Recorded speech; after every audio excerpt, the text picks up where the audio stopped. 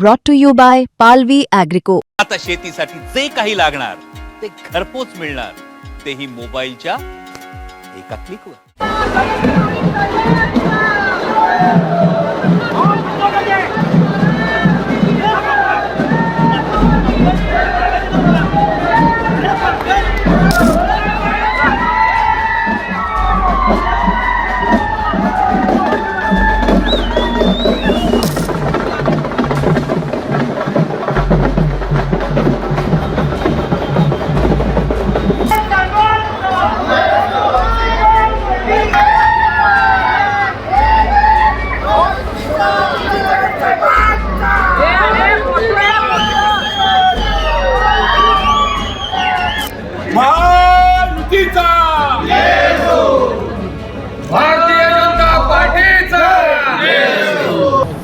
महायुतीची सत्ता कोल्हापूरच्या इतिहासात पहिल्यांदाच कोल्हापूर महापालिकेवर आलेले आहेत आणि भारतीय जनता पार्टीचे महापौर रुपाराणी निकम ह्या आता महापौर म्हणून आणि उपमहापौर म्हणून अक्षय जरग यांची मताधिक्यानं निवड झालेली आहे.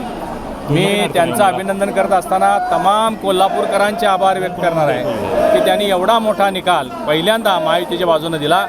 आमचे नेते सन्मान्य देवेंद्रजी फडणवीस साहेब, आमचे नेते चंद्रकांतदादा पाटील, उपमुख्यमंत्री एकनाथरावजी शिंदे आणि आता अजितदादांच्या पश्चात सुनेत्राताई या तिन्ही पक्षांनी एकत्रित या ठिकाणी प्रचार केला. एकत्रित लोकांच्या समोर काही संकल्प कोल्हापूर शहराचे ठेवले आणि भरभरून त्याला प्रतिसाद कोल्हापूरकरांनी दिलेला आहे. जो जाहीरनामा वचननामा मी कोल्हापूरकरांच्या समोर मांडलेला आहे तो येणाऱ्या 5 वर्षात पूर्ण करण्यासाठी महायुतीचे सगळे घटक पक्ष आम्ही यामध्ये काम करणार आहोत. खरं तर आपण म्हणतो की राज्यात केंद्रात भाजपचं कोल्हापुरात सत्ता द्या, कोल्हापूरचा चेहरा बदलू अशा प्रकारचं आश्वासन होतं. ते आश्वासन पाळण्यासाठी कशा प्रकारची पावलं उचलली जाणार? प्रधानमंत्री आदरणीय नरेंद्र मोदीजींनी 2047 साली विकसित भारत करण्याचा संकल्प केलेला आहे. त्याची सुरुवात कोल्हापूरपासून झाली पाहिजे असा आमचा प्रयत्न असणार आहे.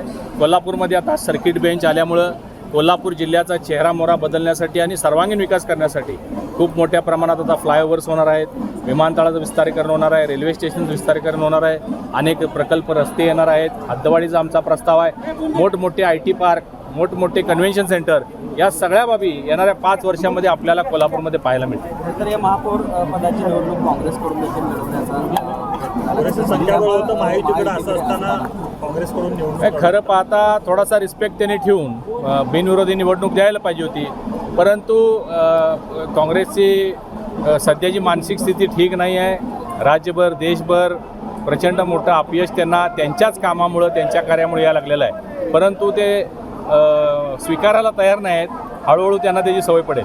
महायुतीच्या उमेदवारांनी भारतीय जनता पक्षाच्या रुपाराणी निकम या महापौरपदी या ठिकाणी नियुक्त झाले आहेत आणि शिवसेनेचे उपमहापौर जनसुराज्य घटक पक्ष असणारे या ठिकाणी अक्षय जरग हे देखील 46 विरुद्ध 35 मतांनी या ठिकाणी निवडून आलेले आहेत. या सर्वांचं अभिनंदन करत असताना राज्याचे मुख्यमंत्री सन्मान्य देवेंद्रजी फडणवीस साहेब, उपमुख्यमंत्री सन्मान्य एकनाथजी शिंदे साहेब, कैलासवासी अजितदादा पवार साहेब, आता नूतन असलेल्या आमच्या पवार वहिनी यांचा देखील या ठिकाणी आभार व्यक्त करतो. आणि खऱ्या अर्थानं कोल्हापूर शहराला ज्याची गरज होती, ज्या काही मूलभूत सोयीसुविधा असतील, या ठिकाणी हद्दवाढ असेल, या सर्व पुढच्या काळामध्ये आम्ही पूर्ण करून दाखवू या पद्धतीने आपल्या माध्यमातून सर्वांना ग्वाही देतो. कोल्हापूरच्या आई अंबाबाई यांना आज या निवडीच्या वेळी सर्वप्रथम नतमस्तक होते. आज माझी कोल्हापूर महानगरपालिका 2026च्या विजयाचा खरं तर आज कोल्हापूर महानगरपालिकेवरती भगवा फडकलेला आहे आणि महायुतीचा विजय आणि मी पहिलीच महापौर. खरं तर मला याचा सार्थ अभिमान आणि खूप आदर आहे की आज मी पहिली महायुतीची महापौर आहे आणि या पदाचा नक्कीच मान ठेवीन आणि कोल्हापूर शहर मायमाऊलींनी आमच्यावरती महायुतीवरती जो विश्वास ठेवला आणि आज हे खूप प्रचंड मोठं यश आज कोल्हापूर महानगरपालिकेला महायुतीला मिळालेलं आहे. आणि येणाऱ्या नजदीकच्याच काळामध्ये सुद्धा या सगळ्या पदांचा किंवा या ज्या महायुतीने ज्या काही लोकांना आश्वासन दिलेले आहेत ते पूर्ण करण्याचा सुद्धा माझा मानस आहे.